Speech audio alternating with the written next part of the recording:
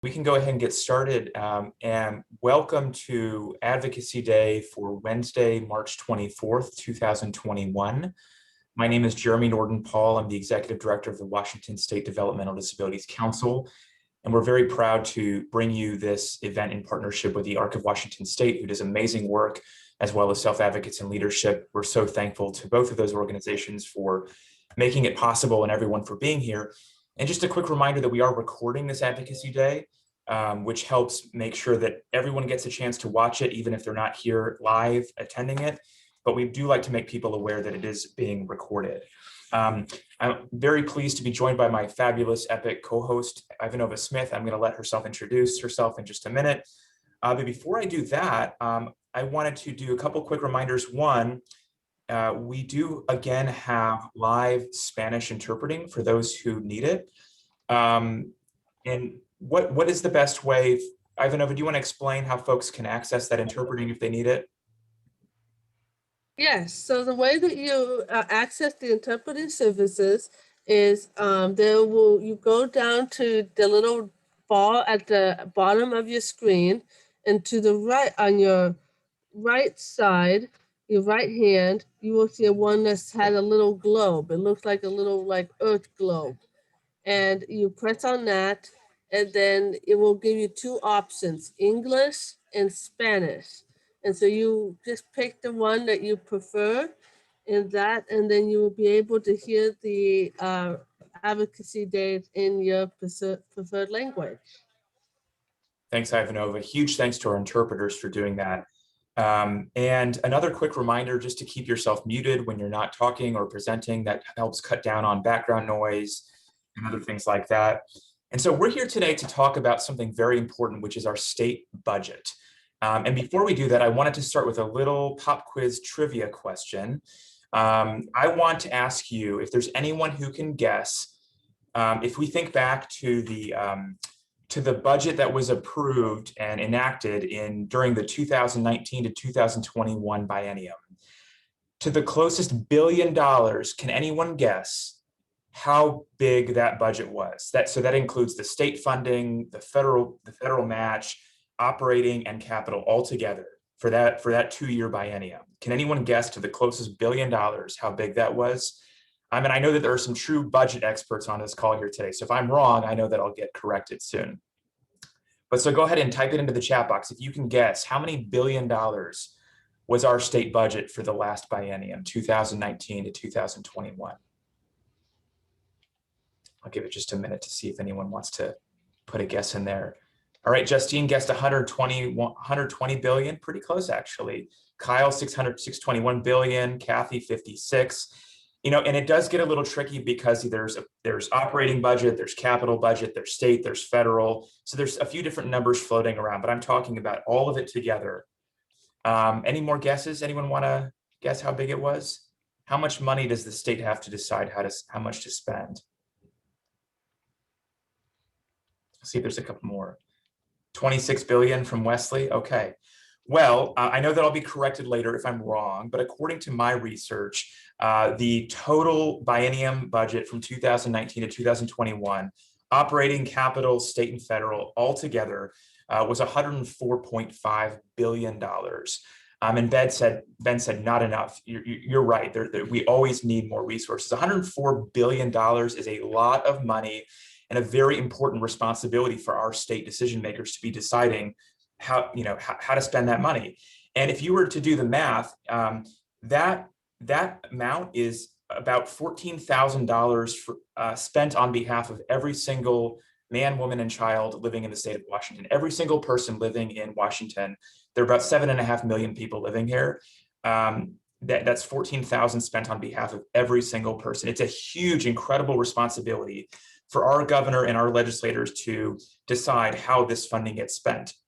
Because we know that budgets are a mirror of our values. Budgets are a reflection of our values, what we think is important and what we think is not as important. And so anytime that we decide to spend money on something, or anytime we decide to cut funding from something, those aren't just decisions that we make on paper. Those have real consequences in the real world on real people's lives, and they reflect our values. And so that's why it's so incredibly important that we're here to learn about the budget. We're going to learn specifically about the budget for developmental disability services. We're going to hear from some excellent presenters who are going to help us understand how money gets spent, how it gets budgeted, how much there is, what kind of things we're advocating for, all sorts of important topics. And so thank you to all of our presenters for being here today. Anthony, thank you. Budget is a source of life and don't want to cut. You're absolutely right. Budgets and how we spend money is incredibly important to our community. And so with that, I'm going to hand it over to my co-host Ivanova, who's going to introduce herself and then introduce our first guest speaker. Hello, everyone. This is Ivanova Smith, and I am going to be introducing from the governor's office, Amber Leaders and Danielle Coover. Thank you for joining us today. Good morning. Thanks for having us. Yeah, perfect. This morning we have Amber Leaders, who's our policy advisor to the governor for, well, Amber, you can go ahead and introduce yourself. Thanks, Danielle. Hi, everyone. I know many of you, Amber Leaders. I'm Senior Policy Advisor to Governor Inslee on behavioral health, aging and long-term care, as well as disabilities. So, and I'm going to really let Danielle have the floor today since we're talking budget. But I'm here for questions and available to answer anything you might ask. Yeah, and I'm Danielle Coover. I'm the budget assistant to the governor, and I have long-term care, developmental disabilities, and I also have our veterans assignment. And this morning, I just want to give you a broad overview of the budget process and kind of identify the points where for advocates, it's the best time to kind of reach out to either members or the governor or to staff. And so so how budgets are done typically is during, and I want to kind of go by season because that's kind of the easiest way for me to remember everything. And so we're going to start with the summer because that's really when the budget season starts for agencies. So in the end of spring, early summer, that's when they're implementing the most recently enacted budget. So this budget season, it's supposed to end at April 25th. And at that point, agencies have the funding that they need, and then they need to begin to implement it. But in the summertime, they start thinking about policy decisions or funding needs or new ideas that they want funded. And so that's when they start doing their decision package requests. So as advocates, that's a great time to reach out to the agency. If you have an idea or proposal and want to work together with that agency, either on request legislation or you want to do your own legislation or you have a funding idea, reach out to the program in the summertime. That's kind of when they're brainstorming and thinking of the next ideas for the next legislative session. And then they develop kind of by the end of September into October, their decision package requests. And those are their formal requests that are, and if I can share my screen, I pulled up, let's see how the screen two. Okay. So what I pulled up is the governor's budget for DDA. So this is what we put together for DDA in the fall. And so at that time, we're looking at Sorry, Danielle, we don't see anything on the screen. Oh, hang on. Trying to show something. Sorry, let me look here. Thank you. Share. I have to hit share. There we go. Can you see it now? Yes, thank you. Okay. So in the fall, that's when we look at the base funding. So that's this amount. So, and this is for 2 years. So we'll look at what's in the base. And then we'll start adding on all of our maintenance level costs, which are kind of just the routine business that the program has that will adjust for caseload or cost of living or growth. And we have a number of items here that are just pretty standard for our clients and for the staff that serve them. And then the governor will also kind of identify what his policy decisions are or his initiatives. And so we start to develop kind of what we call like the fun new stuff, which is all of our policy level items. And that's the new items that we want funded, that they're either going to be a new program, or they're going to be in support of another program, or it's a new idea. And those are all those policy level ideas. And so when we're doing the budget in October, November, reach out to Amber and myself if you have ideas. If you see something that the agency did not put forward in their agency request that you really wish they would have, check in with us, with Amber and myself as early as you can, and let us know, and because then we can kind of develop some ideas with you to present to the governor. And then in December, the governor's budget comes out, and at that point, it kind of sets the stage for budget season. And so when the governor's budget comes out, again, if you see something that is really like it's going to be harmful, or it's not the best idea, or proviso language that you don't like, and proviso language is just language in the budget bill that kind of guides how certain amounts of money is spent. So it's like a fence around it. And if you see proviso language that is problematic, let us know, because we still have opportunities to change it, or let the legislative folks know that maybe this proviso needs some reworking. And then in January, that's when legislative session begins. And I have this, can you still see the screen? So this is just the high level cutoff calendar. There's a much more detailed cutoff calendar, but this one kind of suffices for our purposes. So legislative session always begins in the winter time, and that's when there's a lot of activity, there's a lot of bills. That's when you're doing a lot of advocacy work. Early. Get in there early and talk to your members early, talk to fiscal staff and about what is important to you. Right now we're at the point, so the early in the legislative session, that's when they're kind of doing a lot of like the policy initiatives and different bills.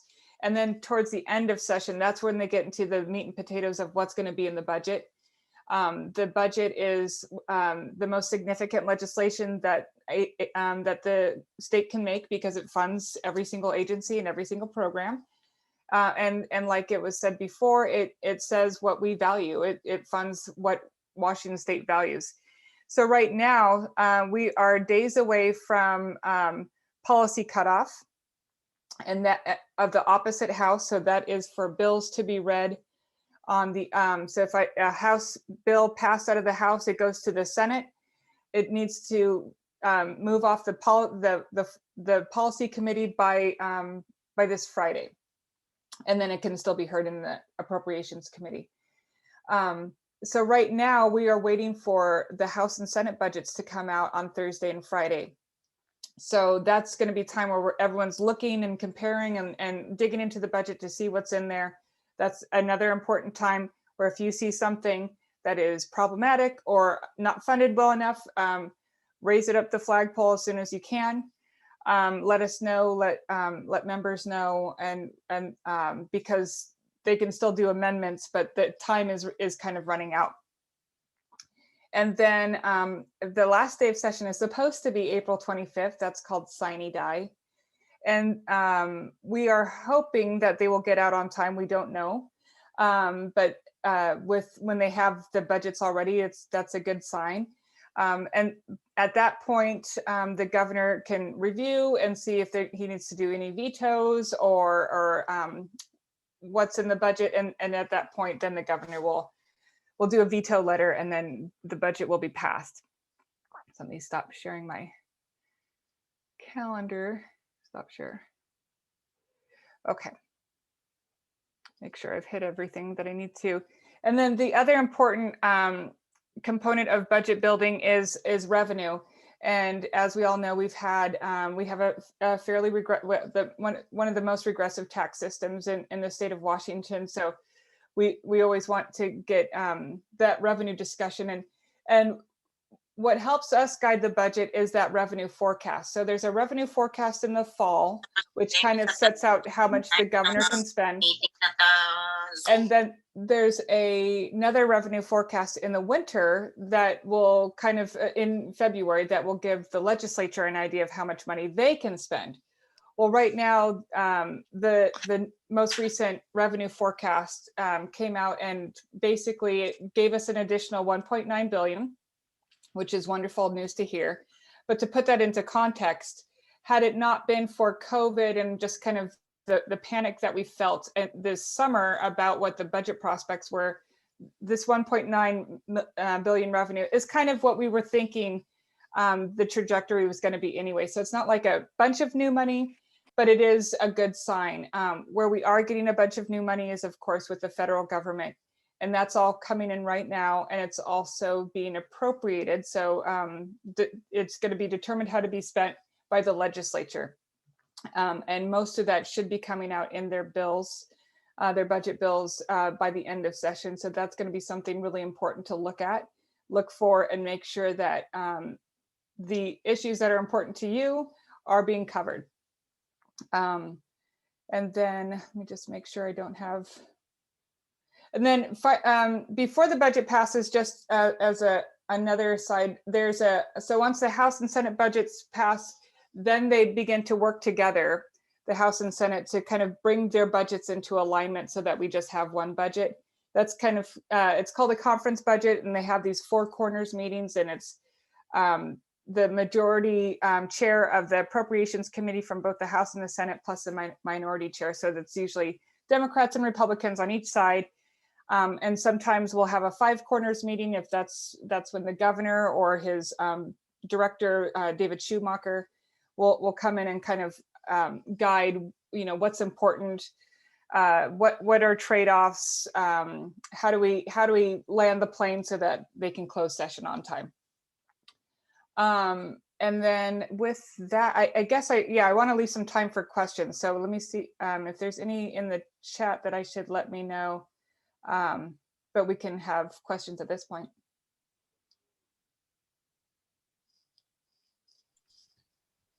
Hi, hello, this is Deb. Can you hear me? We can. Hi, so sorry, I'm joined a little bit late. Could you just say your role again? I looked on the invite too, and I didn't see that. Could you just do that?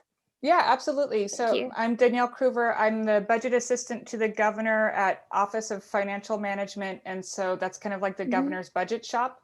And my assignment is long-term care, developmental disability, and veterans.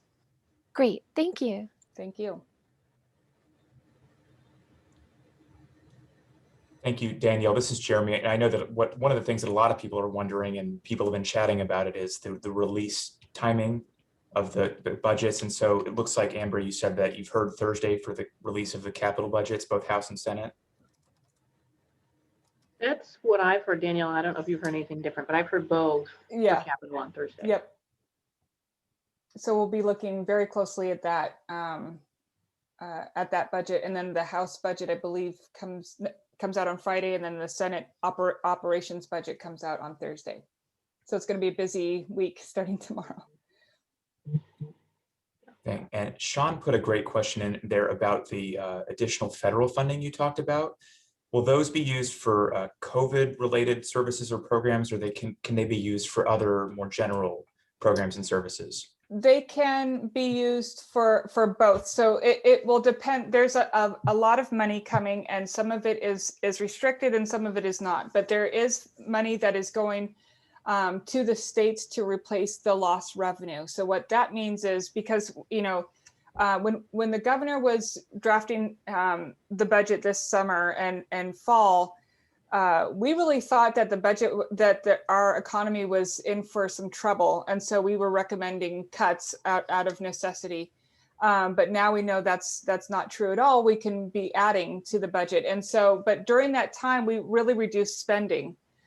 We furloughed staff, things like that. And so some of this money can go back to like fill in those gaps of when we just kind of slowed down everything. So there's money that can come to the states just for funding, and some that can replace, that will help support COVID funding, and then other, but there's so much of it, and we're still waiting for a lot of guidance on what we can spend that money on. Thanks, Daniel. And just as a follow-up to that, one of the questions I've been hearing a lot recently, if you look at the federal funding that's going specifically to home and community-based services, have there been or will there be opportunities for community members to provide input to legislators or DSHS on how that actually gets spent? Yes. We are. We get additional 10% of Medicaid starting April 1st for home and community-based services. And those decisions for how to, we'll have some state funding offset and more federal funding to spend. So what do we do with that? They are thinking of, the program is thinking of ideas. The House and Senator are thinking of ideas. We are thinking of ideas. Email us, email members. There is opportunity to figure out how to spend. And we don't know a lot of, we haven't gotten all the guidance on what we can spend the money on, but that doesn't matter because we're in the brainstorming process. So yes, there is time. Okay, thanks. We can definitely be in touch with some ideas for sure. I see a couple of more questions in here. One is, I'll go to Stacy's first because it might be a little quicker to address. It says, why do the Senate and House both release their budgets only hours before they have a hearing? It's hard for the general public to read that quickly. So more of a comment than a question, but wondering if you have any response to it. I don't know why they do that timing. However, when the budgets come out, there isn't a lot of time for stakeholders to review, but those budgets, while they will be exec out of committee, there's still time to do amendments, and they're not scheduled to be heard on the floor of either the House or the Senate anytime soon. So that kind of gives us an idea that they're probably still in the works, especially with all the federal funding coming in, that they may not have had an opportunity to appropriate everything. So there's still time to talk to your members, write amendments, all that. Thank you. And Deborah, I see your question about the $1.9 billion translating into DDA waivers. I think that we'll have an opportunity a little bit later to address that in more detail. But before we do that, Danielle or Amber, is there anything you want to say about how funding from the general budget translates into specific programs or administrations? Sure, but I see, is Mike Raymond, do you have a question? I see someone with a hand up, so I just want to make sure I'm. Oh yeah, Mike, go ahead and unmute yourself. There's with the button on your screen. Hello? We can hear you. Go ahead with your question. I just want to say that I'm staying here to listen to you guys. We're very glad to have you here. Thanks, Mike. Okay. Thank you. Okay, and I apologize. What was the question before? So my question, this is Deb. I can say my question if that's okay. I just want to know, so if there is additional funding that is coming through, and how does that translate into the number of waiver spots available for families? So does there have to be like an agreement to release more waiver spots before any funding can even go to them, or how does that work? I believe what they would need to do is potentially do a state plan amendment to amend the waiver to increase the caseload. But that's something that, like, with this additional funding, there are more opportunities to make changes to those caseloads, or to even look at uncompensated or people who are not even able to get on the caseload. But we can, I mean, I don't have a lot of details about how we can expand the waivers for here, but we can certainly, I can get more information or we can have another discussion about it. Okay, I guess, yeah, when there could be a misunderstanding when people hear that there is, a certain amount of budget coming, I think they think automatically that translates into more waivers or more waivers available for families, when I just wanted to know what is the path, what is the path to that? So thank you. Yeah. Julia Clark has her hand up. Go for it, Julie. You have a question?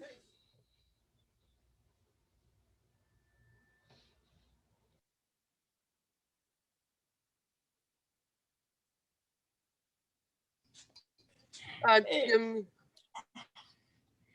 It's a checkbook. It's the checkbook. Can I have your email? Did you need email or, I'm sorry, let me look here. Yeah. I think in the chat, she asked for the email address and before in the chat, sorry. Sure. Okay. Yes, I can put that in there. Yeah, I will include my email. Is that the one that you're looking for? Yeah. Okay, Danielle, I'll put both of ours in the chat. great. Oh, you did yours already. You're speedy. Great. I saw a question about NTIB necessary to implement the budget. Those are bills that they don't have to abide by the standard policy or fiscal cutoff because in order to pass the budget, you have to have this legislation. So, for example, we have a bill that will assess a fee on health plans so that that insurance providers have to pay, so that and then that revenue will fund public health. And without that new revenue, we can't fund the public health items, and so we can't pass the budget without this bill being necessary to implement the budget. So there and members make those decisions, not the governor. And sometimes they're a little liberal with what that means, but that's generally NTIB. thank you, Danielle and Amber leaders, for being here today. If anyone has any more questions for them, you can also email them. And they have the email in the chat, so you can ask them questions there as well. So thank you so much. And now we're going to introduce our next speaker, Adina Pontartenis of the HCBS Access Act, HCBS, Washington State Developmental Disability Council. Take it away. Thank you for being here. Thank you for having me. Thanks for running slides, Diana. I appreciate you. You make this so easy. Okay, so I just want to share some information about a draft discussion bill in Congress that we have the opportunity to comment on and try to help shape the progress that that happens with this bill. It's called the HAA, which makes no sense since it stands for Home and Community-Based Services Access Act, but maybe that was just too many letters. Next slide, please.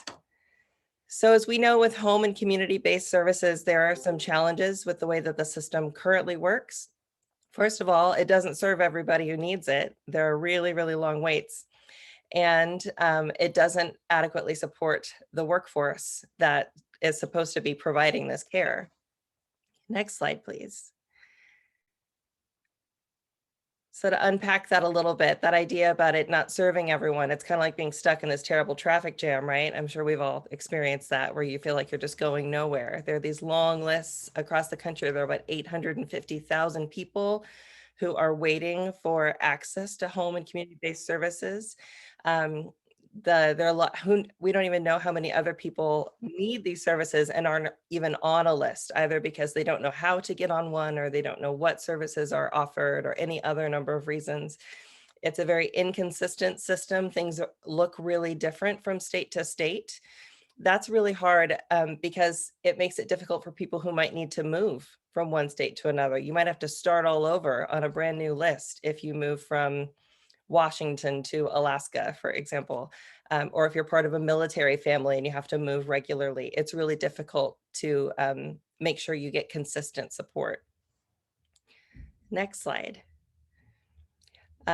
There's also a lot of Another big challenge is in the workforce itself that provides home and community-based supports, those direct care providers. They are typically paid very low wages. Nationally, the average is a little under $11 an hour for this incredibly important work. They're offered very poor benefits, if any benefits at all. They're not offered a lot of professional development opportunities. That leads to very high turnover and a lot of job vacancies. So even if there were funds to get services for everyone, there might not be enough people to provide those services because we don't have really good support for this workforce. It's an equity issue in a lot of ways. The majority of direct service providers are women of color who are then paid very, very poorly for this incredibly important work.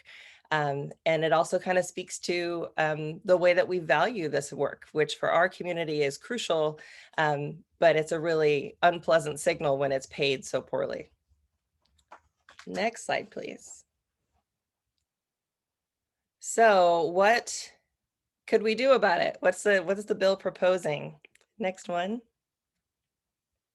A couple of different things to solve some of these problems potentially. So one, establish a baseline criteria. So consistently across the country, the rules could be the same. There would be no more patchwork systems. We could stabilize the infrastructure, really give us the kind of stable system that we all deserve. It also would, again, establishing a baseline criteria. So that means that every state would have a minimum type of service and number of services that they have to provide. And then states can enhance that. They can absolutely add to it, and they should, but at least there'd be a consistent baseline for everyone. It would also make these services an entitlement under Medicaid that could ultimately eliminate the waiting list in the 41 states that have them, which is huge. By doing that, making the services an entitlement under Medicaid, we also formalize that provider network. We kind of interrupt this problem that we have where some states treat home and community-based services as optional. They would be required.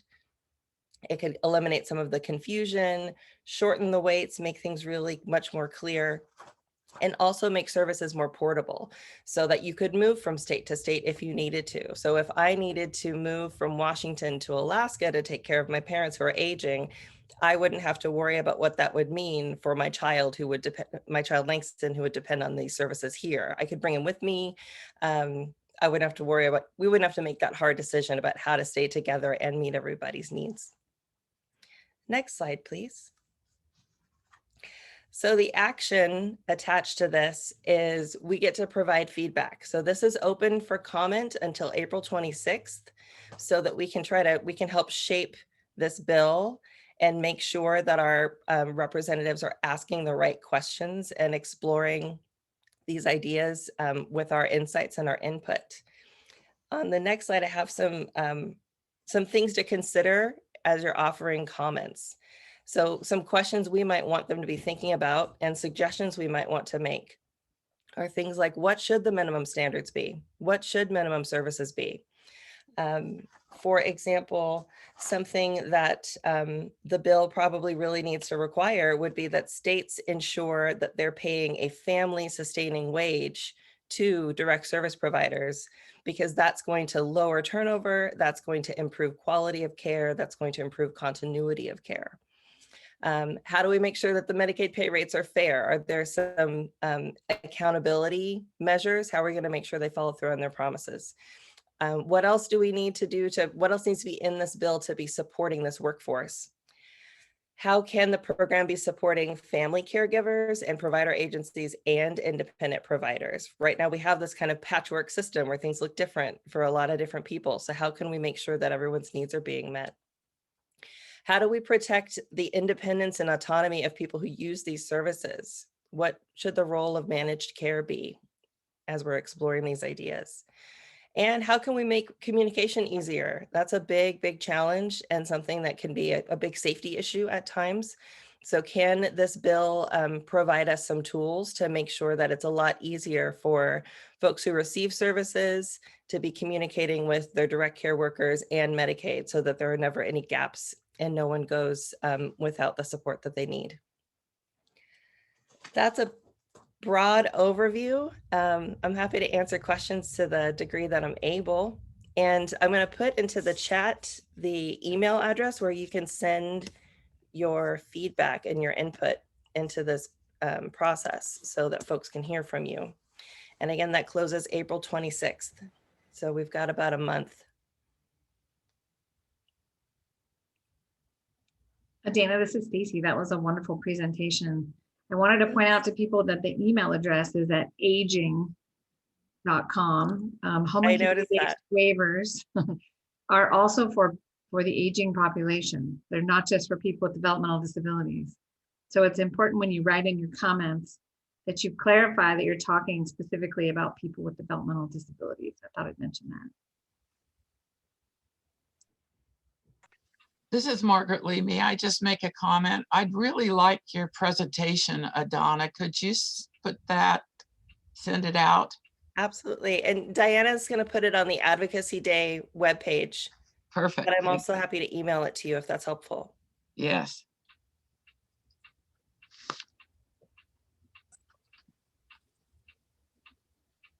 Any other questions or comments? So if people thanking you in the comments, excellent overview, Diana, thank you. I don't know if Mike has his hand up. Mike, Mike Raymond has his hand up. And Anthony too. So Mike Raymond first and then Anthony. Mike, go ahead and click the unmute button again. There's a button on your screen to unmute. Can you click it?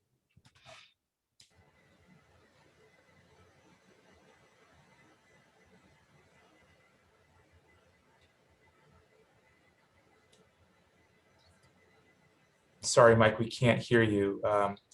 If you can unmute yourself, and maybe while you're doing that, maybe Anthony, you can ask your question. Yeah, I was wondering is with the Medicare and Medicaid currently for people with IDD, it's like, when do you think they'll ever like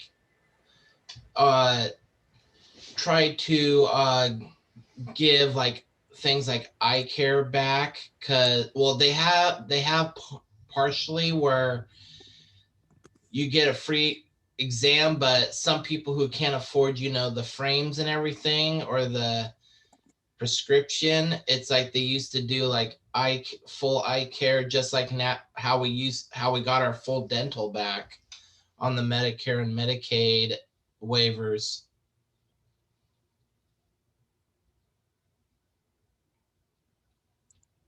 That's a good question, Anthony. I honestly don't know the answer. Okay. I don't want to give you the wrong information and pretend I know something I don't. Thanks. It looks like Mike is unmuted now. Oh, good. Take it away, Mike. Ask you.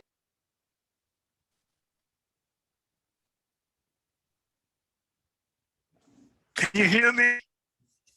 Yeah, I hear you, Mike. Yeah, we hear you. Go for it.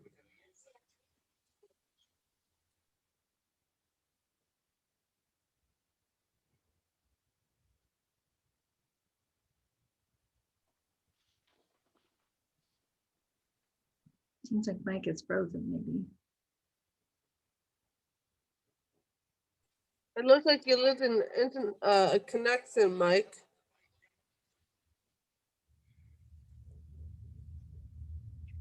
I think he just dropped. Oh.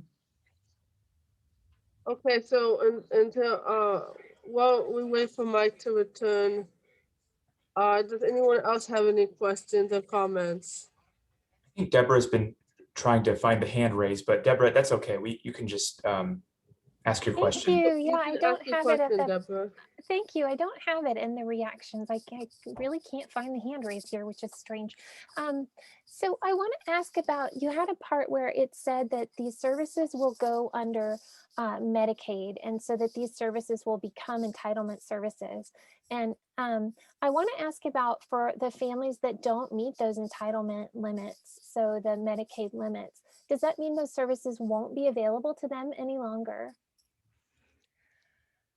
I think that that's something that's really important to raise in the comment and in the public comment phase of things, because a big part of the problem with the system writ large is that there are so many of us who should qualify for services and don't for a variety of different reasons. So I think that's something that they definitely need to hear about so that they really understand what it means to families when they do make this adjustment and move home and community-based services under Medicaid as an entitlement.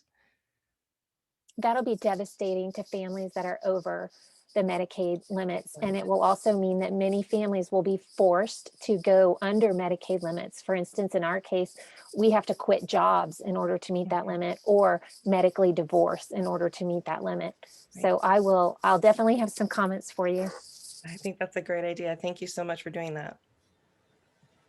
It's a good idea, Deborah. Kathy Marahashi might be able to add more to that. But once your child's 18, they qualify on their own. We won't make it 18 years. We won't make it 18 years without help. So for children under 18, we're talking about what's called TEFRA for all. So it would be a buy-in to Medicaid for families that are over the limit to deal with the gap.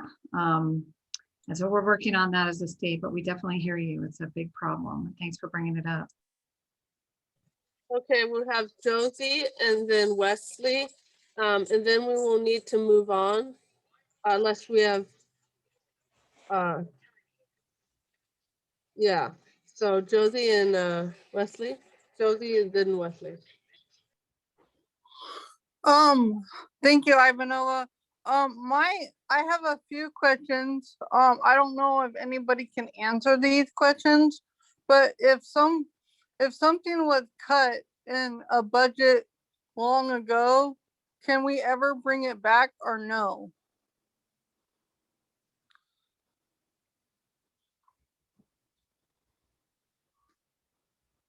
I don't know if you guys can hear me. I heard you. Okay. Josie, this is Adrian, and I might be able to cover that in my presentation for you. So if I don't answer it directly, ask again and we'll talk about it, okay? Okay. The other question is, how does the state get more money for the budget and stuff like that? Through taxes or? Yeah, we can talk about that too. Okay, I just had those questions and I just didn't know if how to get them answered, so I just wanted to ask them. Okay, Wesley, you're next. So I've had glasses all my life and I've been wanting to get contacts, but Medicaid don't cover contacts. How do we get Medicaid to cover contacts?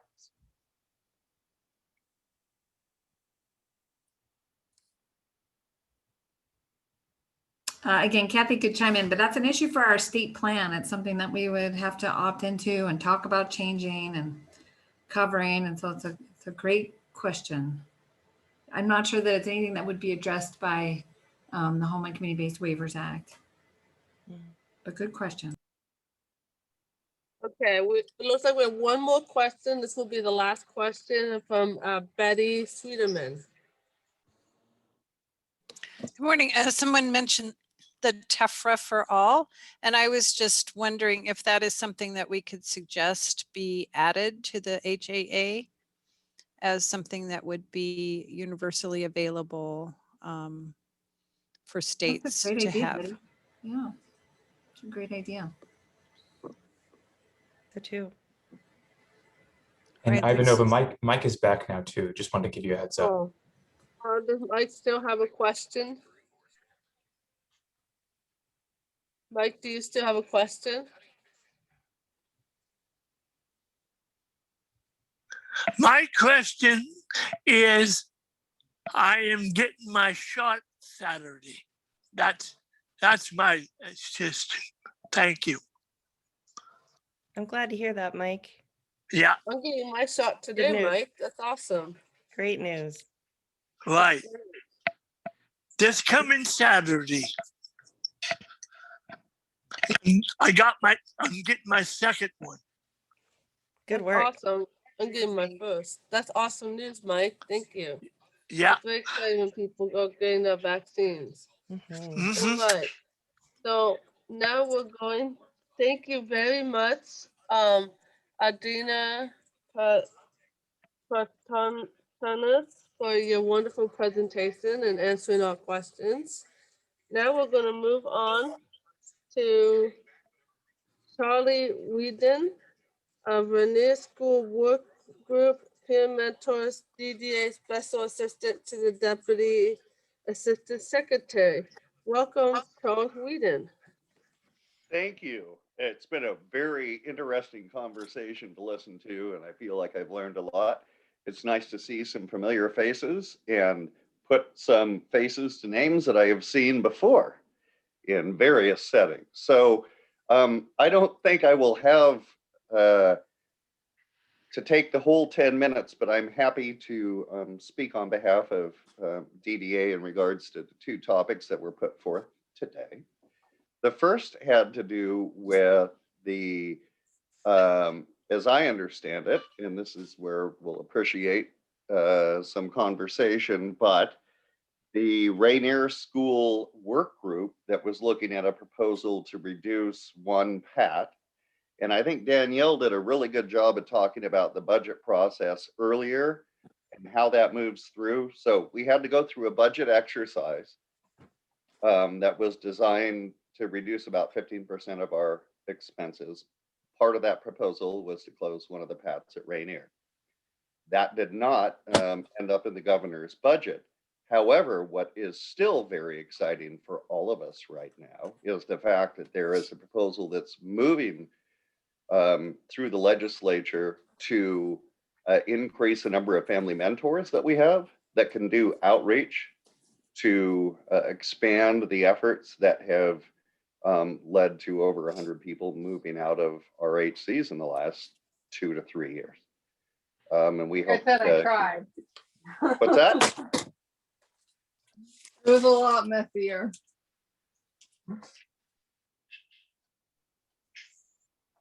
Mike, I see your hands up. You can, I want you to, about Rainier, I was one of them that I want them closed. Thank you. I understand that. And thank you, Mike. You betcha.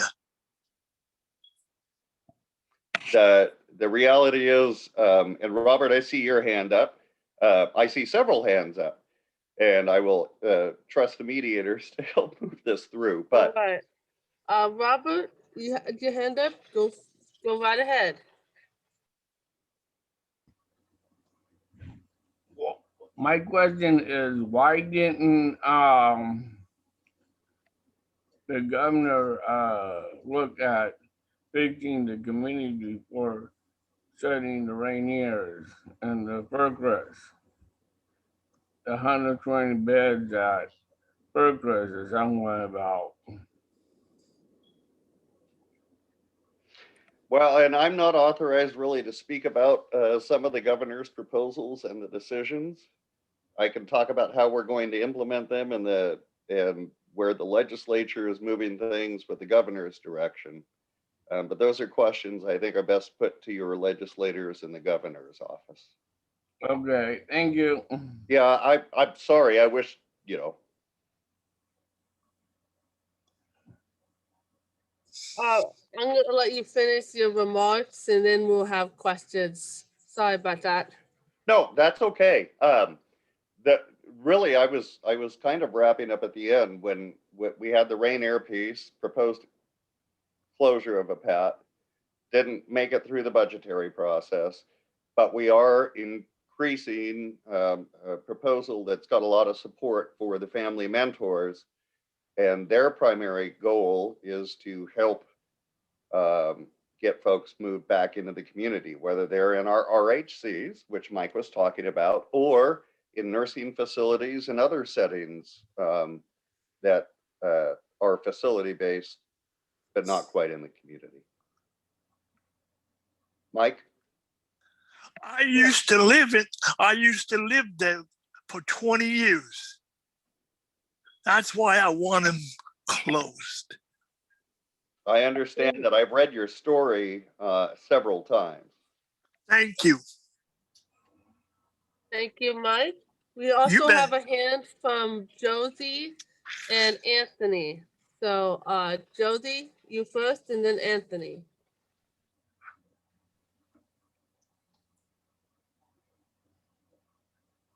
Josie, you're muted.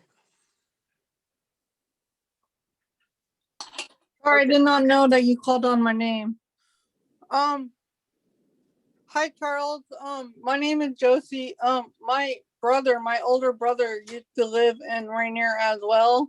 And me and my sister fought very hard, and the Rainier school got in touch with us, and we had to work very hard to find him somewhere for him to live out in the communities, because we thought that living in the communities for him was going to be better than living in an institution, because he would receive better care and better services.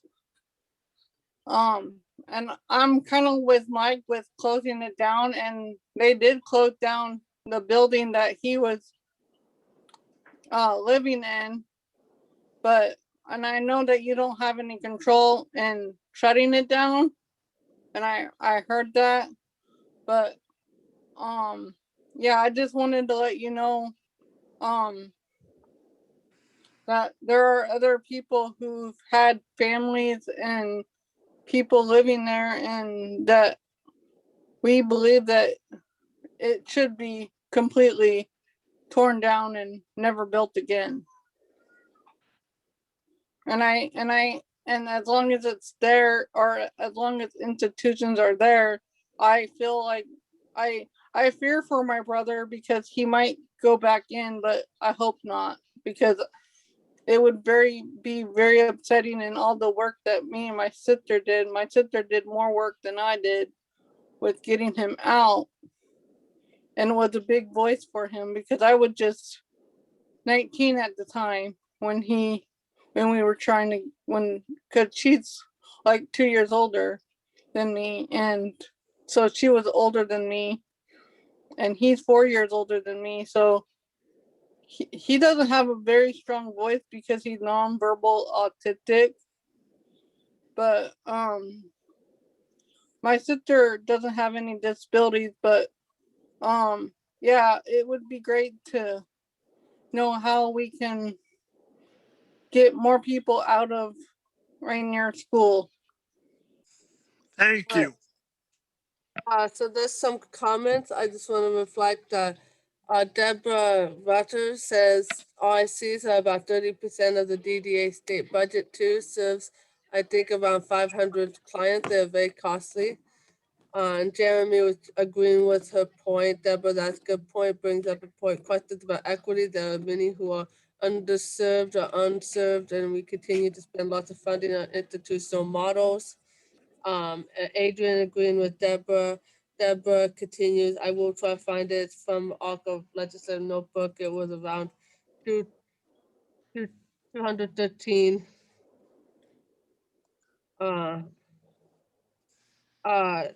There's somebody had a question about the 4 peer mentors, one at the RHC. And then we have a couple of questions from Anthony and then Krista. Thank you. Okay, so I'm flipping through the questions here. Diana, can you explain a little bit more about the 4 peer mentors and what your question in regards to that is? Okay, we saw that in the governor's budget. There was funding to have 4 peer mentors, one at each of the RHCs, so that people who live there would actually have another person with a developmental disability to talk with them, to help them understand what moving to the community, does for them, that kind of thing. Yeah, yes, and that is definitely part of the proposal. And I apologize for my rugged looking hair, by the way. I should have said that earlier. Your hair looks great. Josie, I also want to go back to the point you were making and what your experience was. And the fact that this forum is an important mechanism to get your voices heard, but it's one of many. And as several people have said earlier, working with our legislators in the governor's office and continuing to articulate what is important to you is the most powerful way that I know of to advocate for the change that you want to see, and to be responsive to people's needs. Thank you. Thank you. Thank you. All right, Anthony, then Krista Monahofer, and then Noah Shadell.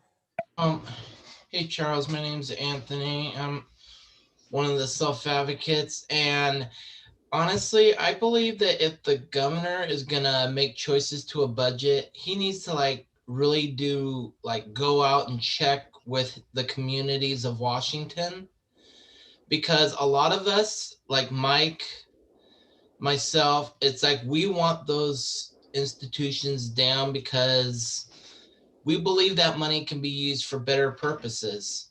I mean, Right. yeah, there's agencies that are kind of afraid of losing their position, but I believe in money follow the person and services follow the person.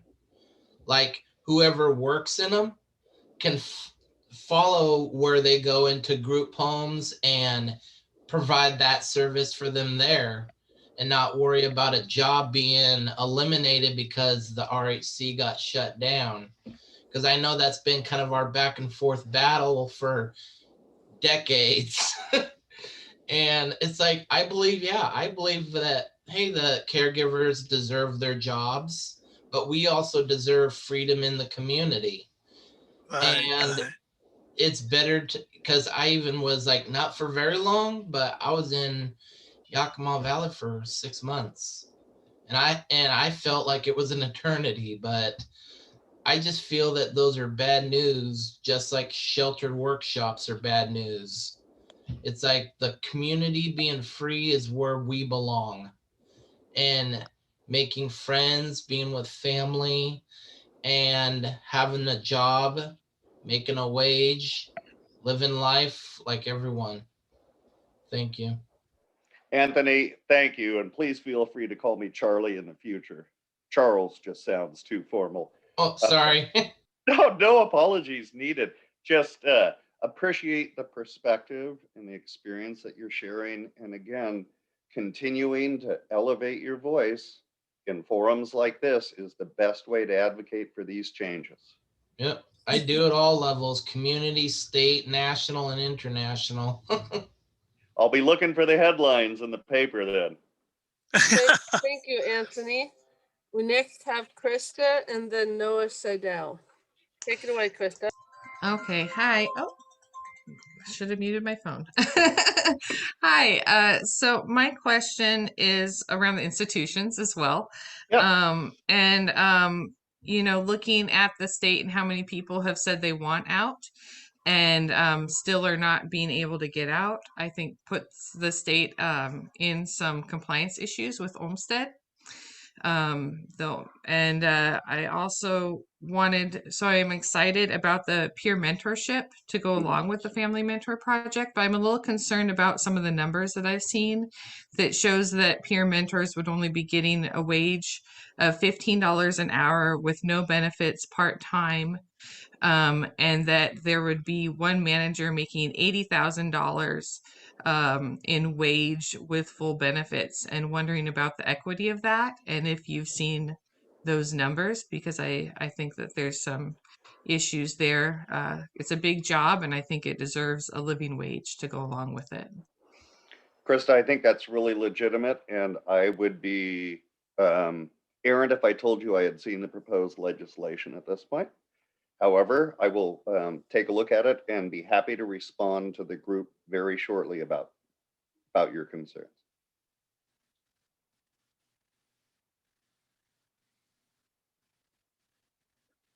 Mike's got his hand up again, but I know Noah was in the wings. Noah Seidel is next. Thank you, Krista. And then Mike. Okay. Go, Noah. Sorry, I started talking, but I was still muted. Hi, Charlie. Hi. How are you doing today?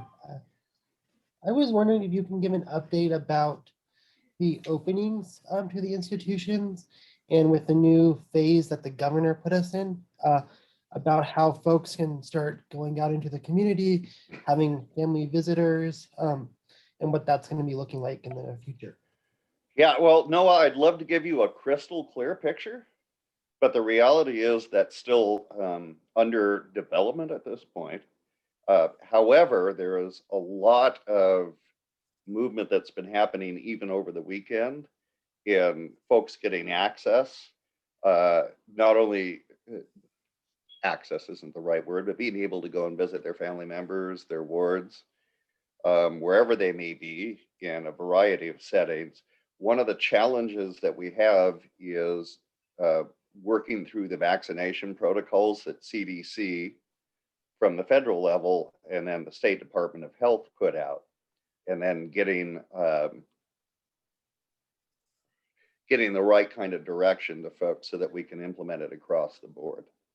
However, I believe there will be a directive coming out in the next day or two that should address even more fully the information that's come out to this point.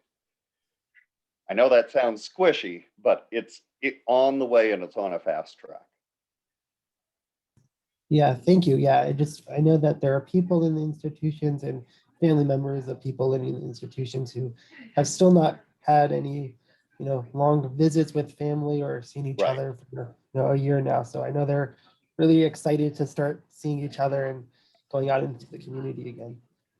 No, I think you're right. No, and that one of the intricacies that we have is when we go into the community settings, because of some of the current guidance that's out there about when somebody comes back, what protocols we need to do. So on the positive side, I know that we had a significant increase in people going out and visiting folks in all of our programs, including the RHCs, starting over the weekend. So the word's out there, and we're just waiting for the appropriate guidance to come our way. Thank you. We just still have Mike Raymond, and then after that, we will have to move on. If you want to email Charles your questions or comments, so he'd be happy to put his email in the chat for you all. Thank you, Charlie, for everything that you've done answered so far. Go for it, Mike. Oh, hi, Tammy. I'm in the meeting right now, so why don't you call me back? Ivanova, I went ahead and put my email address into the chat box as you suggested, and I'll be happy to respond to anybody. Again, I do appreciate the time. These are very complex issues, and we're committed to working together and elevating your concerns. So thank you, everybody. Thank you so much. And thank you really much for your presentation. It was wonderful. Take care. All right. Now we're going to go on to our next presenter, Adrian Stewart, Public Policy Director for the Washington State Developmental Disability Council, and a good colleague, friend. Take it away, Adrian. Okay, well, thank you so much for that invitation, Ivanova. I want to build on some of the things that we've heard today. I'm going to talk briefly about what advocates have done to create the budget situation that we have now. And by the end of this presentation, I'm hoping that you are much more savvy about the budgeting process and that you feel really comfortable getting involved and getting engaged and asking questions to fill in your knowledge gaps, because we all have them. And so it's just a matter of really understanding where you can make an impact on the budgeting process. So with that, I'm going to start to share my screen. I've got a brief PowerPoint presentation I'd like to share with you.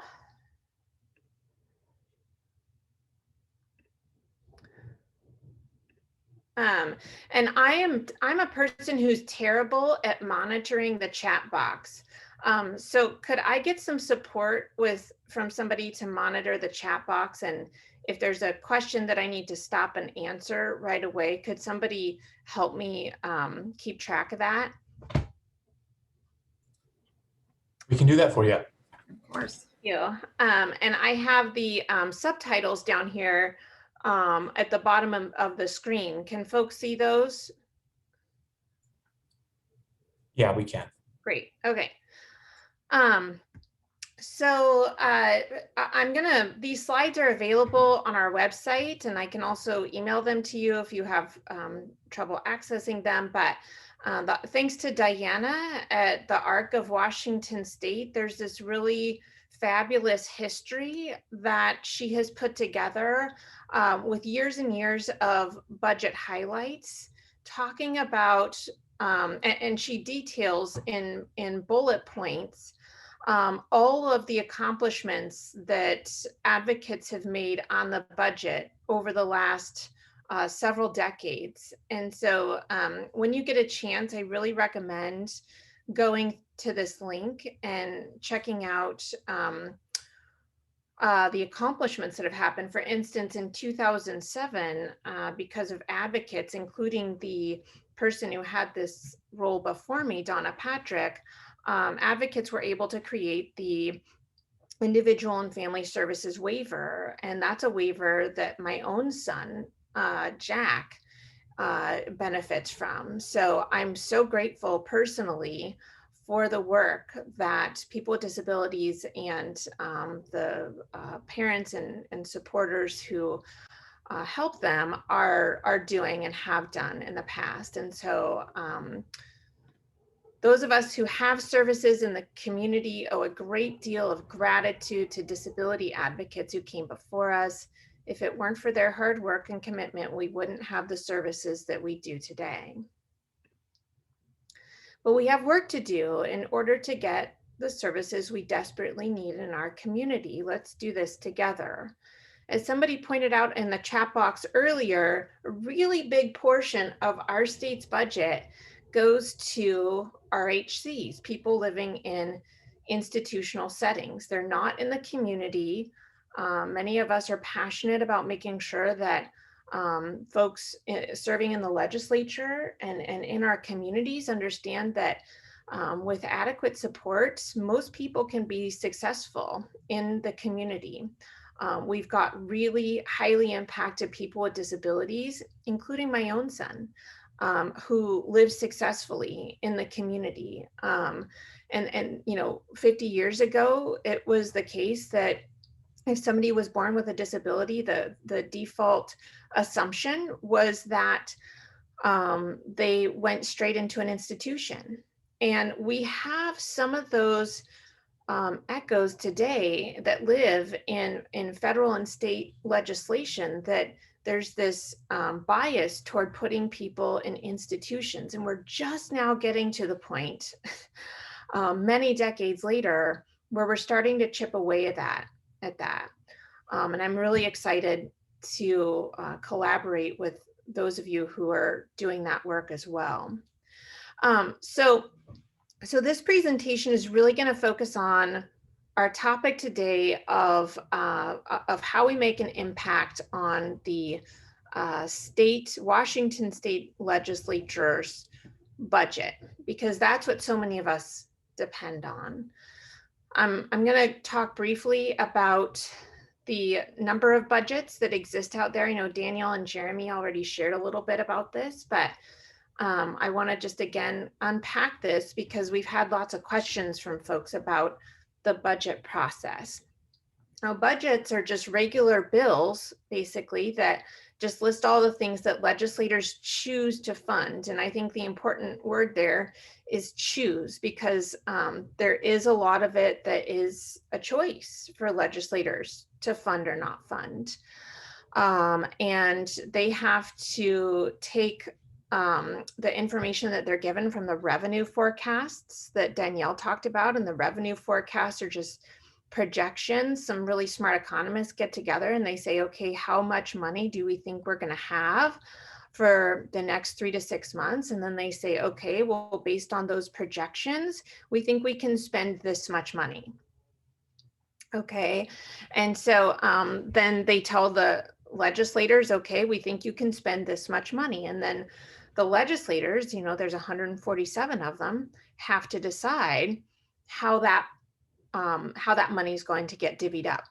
And so it's really critical, and I'll make sure that we're clear on this every step of the way, that advocates are talking to their members, and not just during legislative session, right? As Danielle said earlier, budget season starts, you know, in spring and summer, where agencies start talking about their priorities.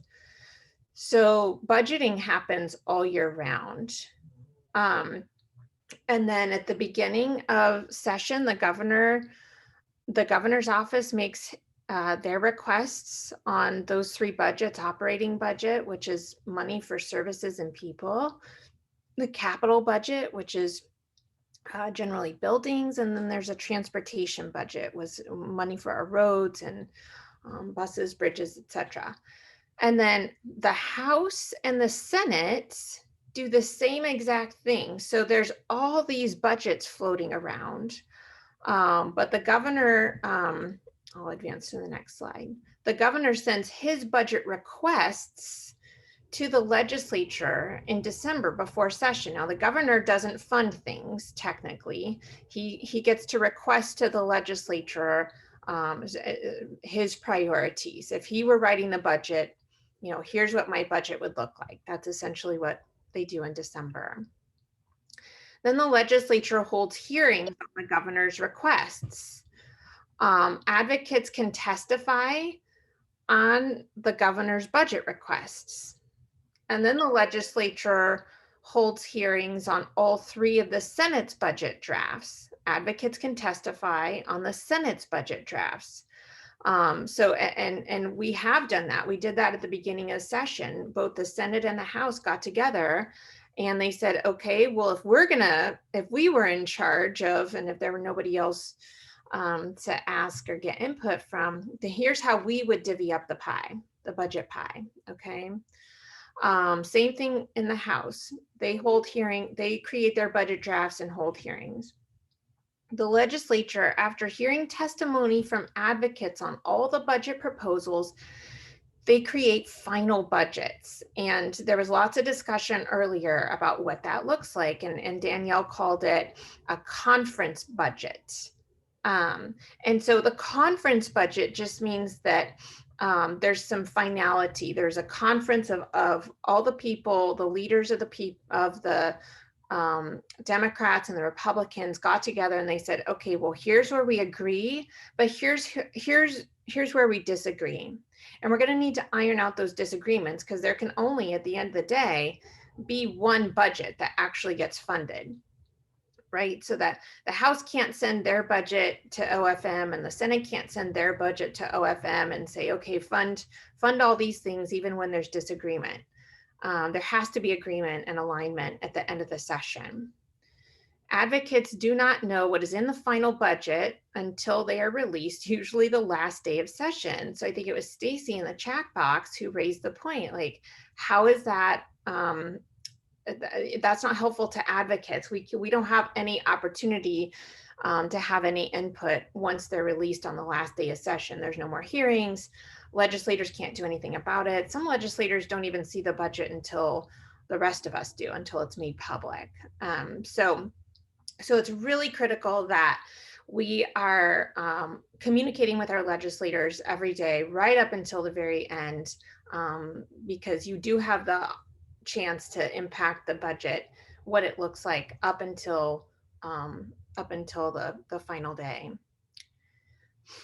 It's critical, like I said, that your legislators hear from you during session and during the interim, because like Danielle said, that budget season, especially for agencies, they're starting to make agencies are making their priority, their decision package. It's called the decision package. And if it's an executive branch agency, they give their decision package or their budget recommendations to the governor, right? And the governor looks through them well, his army of staff look through these budget requests and say, okay, you know, here's what DSH has said is their priority, and you know, these other agencies say there is their priority. So we should include those in our budget too.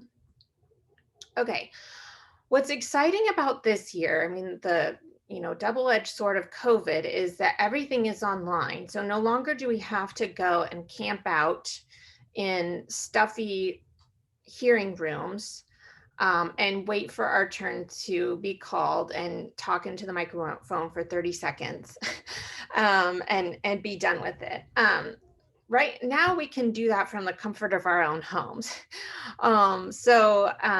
It's never been easier to make your voice heard. Let's walk through this together. Okay, if you haven't done so yet, going and signing up to testify on a budget bill or even a policy bill, it can be tricky if you're not intimately familiar with the legislative website. And they change it every so often. They update things. So you kind of have to peruse the website for a bit and get comfortable with it. But I've created a step-by-step tutorial to hopefully make things easier for you to testify on budget issues or a policy bill. What's tricky now is that you have to know several pieces of information before you can sign up to testify. This is despite my best efforts in emailing the Legislative Information Center, asking them to make it easier. But this is what we're stuck with for now on the website. So I really find it helpful when, like, the Arc of Washington State or other advocacy organizations send out alerts on bills that they're tracking. Because with that piece of information, a bill number is really, really helpful. So assuming that you are on the leg.wa.gov website, the first thing you're going to do is look for that bill information, and you click here. And again, these slides will be available to you, so you don't have to follow along or anything. But say I had Diana sent out an action alert and said, okay, we need to sign up on the capital budget. It's Senate Bill 5083. That's the first of the Senate's, that's the Senate's capital budget bill number. So I've typed that into the search bar. An alternate way I could do it is to look at go into legislative search and just type capital in here and make sure I click bill, because again, the budget is just a bill. Okay. And then I can get the hyperlink to the bill numbers there. Okay. So two different ways to find the budget bill. But then I click on it and I see that it's going to be on March 25th. That's tomorrow. It's going to be heard in the Ways and Means Committee. That's the Senate's Money Committee at 4 p.m. So if you're like me, you've got to write that down on a Post-it note, because that's a lot of information to remember, especially if it's before you've had your second cup of coffee in the morning. And then you have to toggle back to that screen and plop in that number. Okay, so you've got the bill number, you've got the date and time that it'll be heard, you've got the chamber, which is the Senate or the House, and you've got the committee, right? We know it's 5083 tomorrow, March 25th at 4 p.m. It's going to be heard in the Senate, and it's going to be in the Ways and Means Committee. And so now we can sign up for the bill and track the bill. So going to the leg.wa.gov website again, now we can click on participating in the process, but you had to do a lot of work before you could actually participate in the process. I want to acknowledge that. That's the chamber. We're going to click on the Senate, and then you're going to choose these drop-down menus. With the information that we have, remember it's in the Ways and Means Committee, at 4 p.m. And this is kind of funky because they've got several different ones that you could choose to testify. It's my experience that if you click on one of them, they'll send you the same bill has the same Zoom link. So if you also wanted to, if they decided for some reason that DD services aren't in human resources, you can stay on the line and wait until you get to the all other category, because the capital budget has all these different topics in it. Okay, and generally we're under the human services category. So you would click on that, and then click on, I would like to testify live during the hearing. This is really exciting to me because before you had to be on the Capitol campus in order to sign up to testify. I'm really excited about this addition. You can do this from the comfort of your own home, in your slippers, next to your kiddos. And I think that that's better. You can also choose to submit written testimony, especially if you haven't gotten to testify, if you didn't get to testify because they ran out of time, which happens frequently, or if you only got to testify for like 60 seconds, which is frustrating because you can't say much in 60 seconds. You can also see who's signed up for the bill, if other people have signed up. So when Diana's going over, who's signing up for what on the bills of interest and on the CEC calls Monday mornings, you can go and make sure that your colleagues are signed in to testify. You could also just say, I'd like my position noted for the legislative record. After the bill is heard, the vice chair will say, 100 people signed in pro on this bill or con or whatever, and that gets read into the legislative record so that when legislators go to vote on these bills, they can look back and say, okay, how many people were in favor of this bill or had problems with it?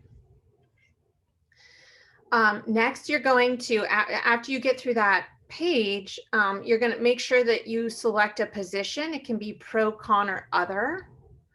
And then just fill out this bubble form on the website. And then they'll send you an email with a Zoom link. And I like to take that and put it into my calendar directly so that I don't have to search for it in my email when it comes time to testify. And I've been telling people to have a 60-second testimony prepared. 60-second goes by really quickly. So I've been skipping the introductions and the pleasantries. I usually thank people for hearing the bill and yada, yada. I don't even thank them anymore. I just say, I'm Adrian with the DDC and here's what I have to say.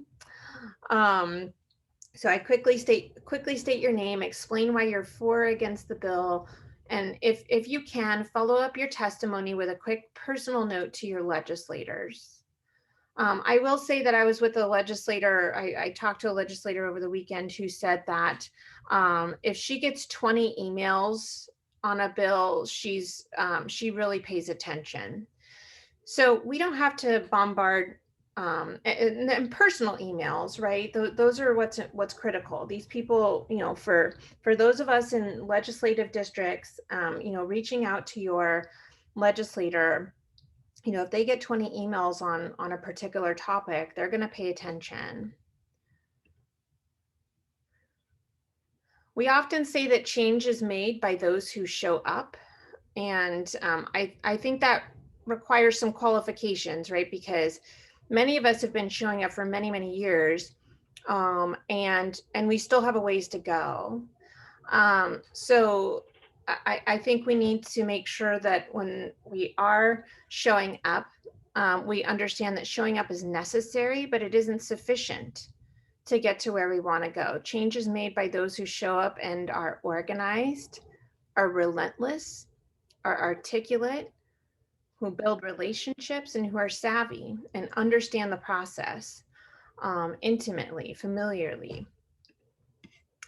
And that concludes my presentation. I did want to answer a few questions I saw in the chat. you know, part of the problem is that we have a narrow or more narrow definition of what constitutes a developmental disability than that of the federal government. So you are seeing a lot of people who could benefit and who need services. Just because the state more narrowly defines a developmental disability doesn't mean that person doesn't have needs. It doesn't have a developmental disability and the needs that go along with it. So it's really critical for families to talk about the lack of services that they're receiving and that they need. Josie, I think, asked if something was unfunded or used to be funded, could it be funded again?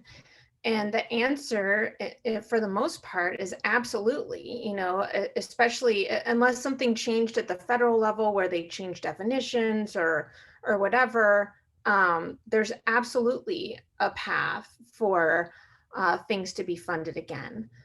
I will say that, you know, the funding hopefully is aligned with our values, right? And right now, I think a lot of us feel that spending 14% of our precious resources, state dollars, to institutions, that's a misalignment with our values. And we have to continue showing up and making sure that legislators understand that misalignment and give them the opportunity to bring that into alignment. And then Josie, you had another question about budget priority. Adrian, I'm sorry, but we need to move on to the, we're running out of time. Okay, all right. We need to move on. You I know where to apologize. find me, and I'll put my, oh, go ahead. So you can email Adrian with your questions or comments, and so you'll put it in the chat. Thanks, you. Ivanova. Goodbye, everyone. All right, bye-bye. Thank you. Our next presenter is the awesome Wesley Turkey. And he'll be talking about COVID transition funding, and he's a self-advocate. Welcome, Wesley. Take it away.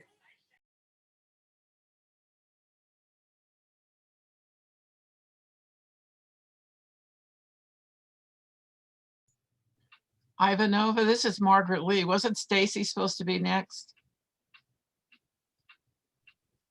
I apologize. I went out of order. I apologize, Stacy. Yes, you're right. Stacy is next.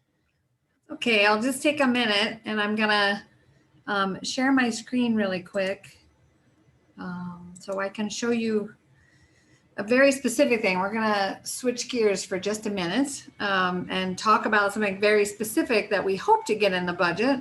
We've been talking a lot about how the budget works. And as Danielle was really good about pointing out, the budget's going to come out really fast. We're going to read it really fast, and we're all going to testify quickly. And the only way to get something in that may not be there is through an amendment. And we're proposing an amendment right now that looks like this. Can you see the screen? I can't tell when it moves to my second screen. But this is language for a proposed housing study. So as many of you know, we don't have enough community-based housing. And the barrier has been for a lot of legislators, they say, well, we don't know how much it costs. We don't know where we can put those houses across the state. And we don't know what models you want. And one of the things that we've learned in the last short while is that the model of housing that we typically use for people with developmental disabilities is called scattered site housing. That means that we typically have people with developmental disabilities living in things like adult family homes or a large single family home or in a duplex or a triplex that some people do live in large public housing or accessible or affordable housing. But for some people with developmental disabilities, we need different kinds of housing and different choices. There was a great study that got done, but it's specific to Southwest Washington and Oregon from the Cuny Foundation that we'd like to make bigger to the state of Washington. We'd like the Department of Commerce to be part of it. We'd like housing advocates to be part of it so that we have developers and a sufficient amount of money to be able to build housing across the state that's community-based, that meets all needs, the needs of people who need skilled nursing care, who have high support needs, who could live in an adult family home setting, who can live in other kinds of settings and supported living, and we could build SOLAs.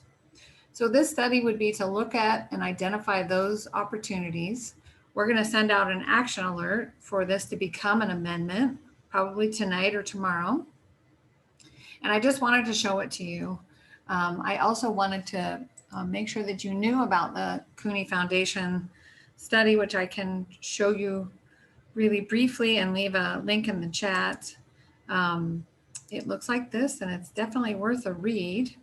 It is a wonderful study that talks about the need specifically for people with developmental disabilities, and that we don't have enough housing across the state, probably across the Pacific Northwest or in many other states. And so that's our goal.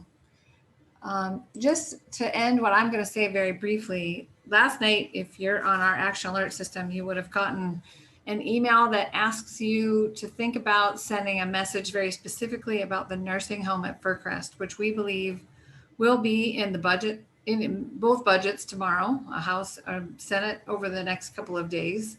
And to send a really clear, strong message that our community does not agree with a segregated model for people with developmental disabilities on the grounds of an old institutional campus, in a way that intends to be long-term for people. So a nursing home in some instances could be used short-term for rehabilitation or for people that are maybe in crisis or for people that are transitioning, but that's not the intent of this particular nursing home.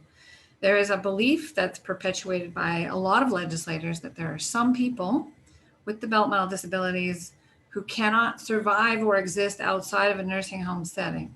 And we know that's not true.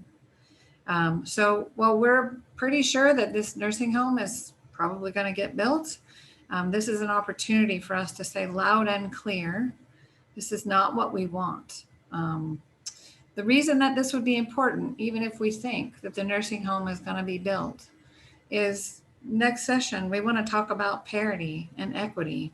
So if the state is intending to spend $120 million on a nursing home facility for 107 people, it should be looking at spending $120 million next session on community-based housing for people with developmental disabilities that aren't receiving services right now, who are waiting desperately to leave institutions and hospitals, and who want to live on their own in the community.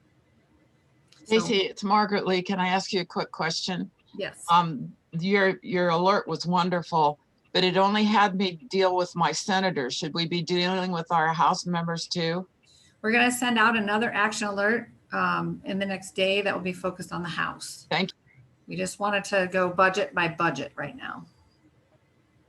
Thank you, Stacy. And we're going to hold all other questions just in the interest of time. But you can email Stacy with any questions you have. Her email will be put in the chat. Thank you. Now we're going to move. We're going to move on to Wesley Starkey, who will be talking about COVID transition funding, and he is a self-advocate leader. Take it away, Wesley. Thank you so much. I am going to put what I have done with the help of Anthony Nash on the screen. So what I'm going to do is I'm going to share my screen so you guys can see what I have worked on.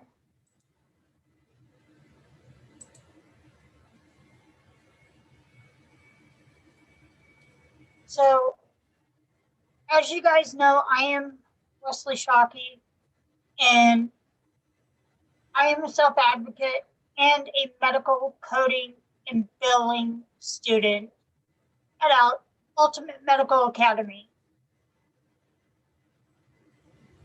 I live in the 20th Legislative District,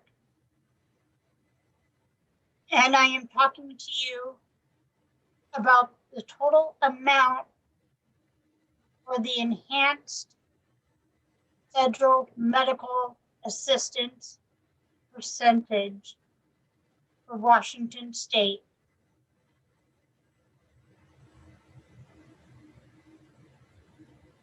$1.5 million or billion, sorry, 570.8 million goes to DDA, which is the Developmental Disability Administration, and 900.5 million to aging and long-term care.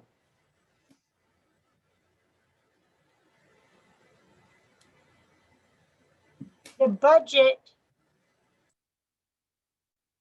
can not be used to replace already designated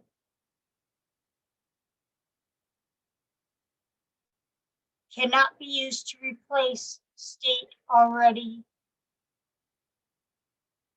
designated.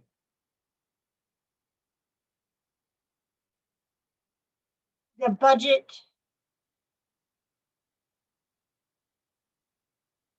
must be spent by the 31st of 2022. The Department of Commerce may be able to build some homes in the communities, but they don't know for sure yet. DDA has requested some budget items, but not sure what the legislature will include yet. Some things requested include help people transition out of RHCs into community living, assisting technology, COVID vaccines, continue provider rate incentives during COVID, hire a recruiter to find new providers, help with incentives for newly hired providers, help with housing modifications, help with respite care training, pay individuals participation for 1 year, giving them extra money each month.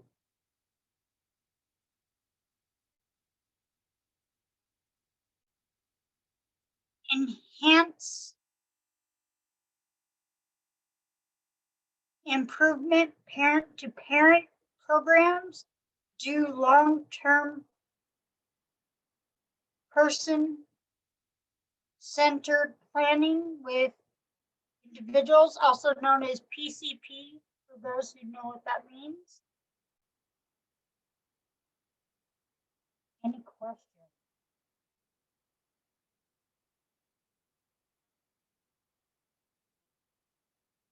Thank you, Wesley, for that information. Any questions? I'm not able to hear you. Did you have more to say? I said, is there any questions? Oh. So it looks like there's no questions, and Wesley, if you are willing, people can also maybe there's a way you can share your email or a way that people can contact you. So if they have questions for later, if you're willing to put that in the chat. I can do that. Thank you. Thank you, Wesley, for that wonderful presentation. Really valuable information. Now, our next presenters is Diane Stanton, along with Justine Martin. And they will be speaking on the bills of interest. Take it away, Justine and Diane Stanton. Oh, wow. Hi, I'm Diana Stanton with the Arc of Washington State, and each Advocacy Day, we go over our bills of interest. I am going to share my screen and put those up so that you can see what we're working on right now. And you'll see when this comes up, the first section is about the budgets. And so far we have the governor's budget proposals. The House and Senate are coming out with theirs this week. So we've had hearings on the governor's budget, but this week we'll be having hearings on the House and Senate budgets, and they're even working on Saturday. They will have the House budget being heard then. So this is a busy time. When the budgets come out, we don't know for sure what's going to be in them until they release them just before the hearings. So those are things to watch for. You'll see that under the status column, we have what hearings we know about so far. And Justine, do you want to tell people what it is that's in the capital budget that we're saying no to? I'm asking for our bill advocates to not support Senate Bill 5083. Capital budget bill is by preparing for emergency in a long-term care facility. The Senate Bill 5083 capital budget bill that is in the Senate would spend $120 million for adding 100 people with developmental disabilities to intuition at Faircrest grounds. They want their services in the community, not to build a new institution, nursing facility. I'm here not supporting Senate Bill 5083. I would rather see the money being spent in the community, not to build a new institution. There will be a Senate Bill 5083 hearing on Thursday, March 25th at 4 p.m. Please share your testimony by saying no. That's why. Thanks, Justine. And we're running really far behind today, so we're not going to cover all the bills. But if you look at the bills of interest, which is posted on our website, you will see that many of them are set up for executive session to pass out of their policy committee. Because like Danielle said earlier, we have another deadline cutoff coming up here on Friday. Yeah. So these bills have to move out of their policy committee and make it into either Ways and Means or House Appropriations by then to still be alive. There is one bill that self-advocates have really been following, and Justine has been really tracking this one. So she's going to tell you about Senate Bill 5284. Thank you, Diana. I'm also here to support Senate Bill 5284. All the advocates, including myself, stop the amendment by sending out emails to the House Workplace Standards Committee that we are against the amendment. Right now, the Senate bill has passed and is in the Senate Rules Committee to be voted on. The Senate Bill 5284 has almost made it through the whole process. Now the Senate Bill 5284 is in process to be pulled out on the floor of the Senate Rules Committee. Thank you. Thanks, Justine. And now we're going to quickly turn it over to Alex to wrap up. We're running a little behind today, but we thank everybody for having stayed with us. Alex?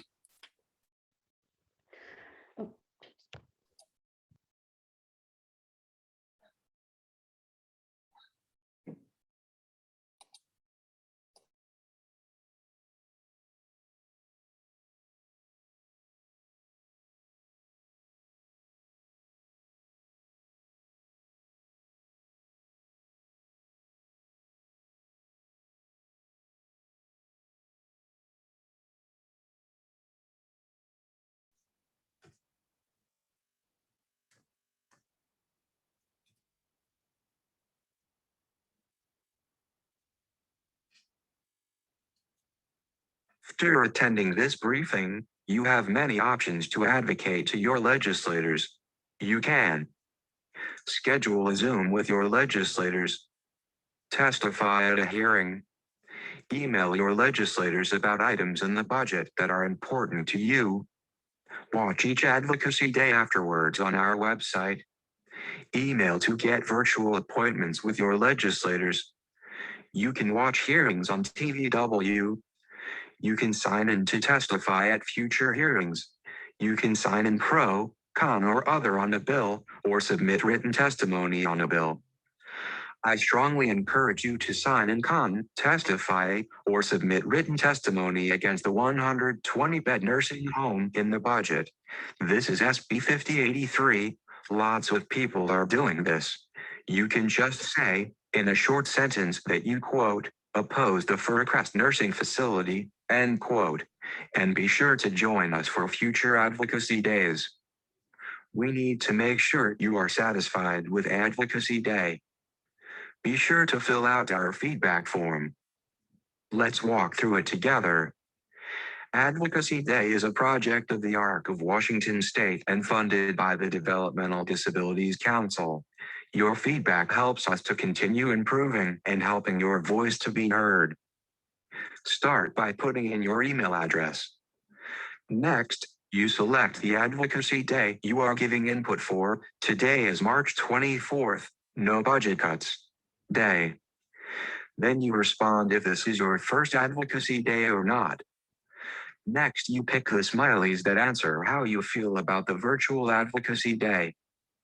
Then you submit the form. Just as easy as that. Your input helps Diana and the ARC to know what you like, what you don't like, what is helpful, what is not helpful. You can learn all about these and more ideas to get involved on our website at www.arcwa.org and click on Advocacy Days. You can also contact us at sale@arcwa.org or diana@arcwa.org if you need help. Are there any questions?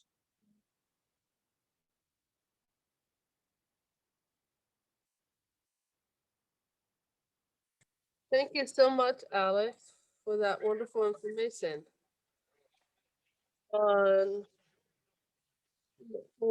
thank you everyone for attending this Budget Cuts Advocacy Day.